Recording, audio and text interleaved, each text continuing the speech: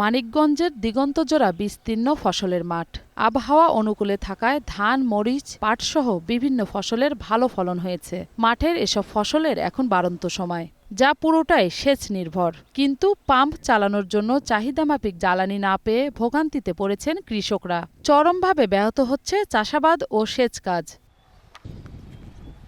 পাম্পগুলোতে জ্বালানির জন্য কৃষকদের হাহাকার তৈরি হয়েছে। জ্বালানির অভাবে বন্ধ রয়েছে ডিজেল চালিত অধিকাংশ সেচ পাম্প। সেচের অভাবে শুকিয়ে যাচ্ছে ফসলের মাঠ, দেখা দিয়েছে বড় বড় ফাটল, মরে যাচ্ছে ফসলের গাছ। সময়মতো সেচ দেয়া এখন কৃষকের সবচেয়ে বড় চ্যালেঞ্জ হয়ে দাঁড়িয়েছে।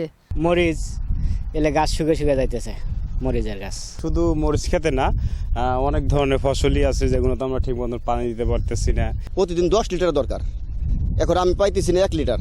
ঘন্টার পর ঘন্টা লাইনে দাঁড়িয়ে যেটুকু জ্বালানি পাচ্ছে প্রয়োজনের তুলনায় সেটুকু অপ্রতুল। ভরা মৌসুমে সেচ বিঘ্নিত হওয়ায় ফসল উৎপাদন ব্যাহত হওয়ার আশঙ্কা করছেন কৃষকরা। অভিযোগ রয়েছে কৃষকদের খালি হাতে ফিরিয়ে যানবাহনগুলোকে প্রাধান্য দিচ্ছে জ্বালানি পাম্পগুলো। ফলে সোনালী স্বপ্নের বদলে কৃষকের চোখে মুখে এখন অন্ধকারের হাতছানি। আমাকে এই যে 5 লিটার তেল লাগবো, ধান খেতের নিগাইছি, আমরা তো তেল নিয়ে খাম না, আমরা বড় ডাম নিয়েছি না, কারণ আমাকে দেয় না, ওই ডামালক আগে দিব।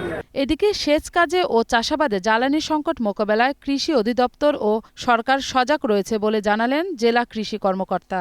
সেচ কাজের জন্য ডিজেলের প্রাপ্তিতে যাতে কোনো ধরনের সমস্যা সৃষ্টি না হয়, সেই জন্য সরকার যেমন এই বিষয়ে সজাগ রয়েছে, আমরা কৃষি সম্পদ অধিদপ্তর এবং জেলা প্রশাসন এই ব্যাপারে সজাগ রয়েছে। আমরা পেট্রোল পাম্পগুলোতে এগুলো মনিটরিং করছি। আপনারা যদি দেখেন যে কোনো কৃষকের প্রাপ্তির ক্ষেত্রে সমস্যা হচ্ছে, আমাদের কৃষি বিভাগে সেটা বললে আমরা তাদের জন্য জরুরি ভিত্তিতে ডিজেলের ব্যবস্থা করে দেবো ইনশাআল্লাহ। মৌসুমী মৌ, গ্রিন নিউজ ডেস্ক।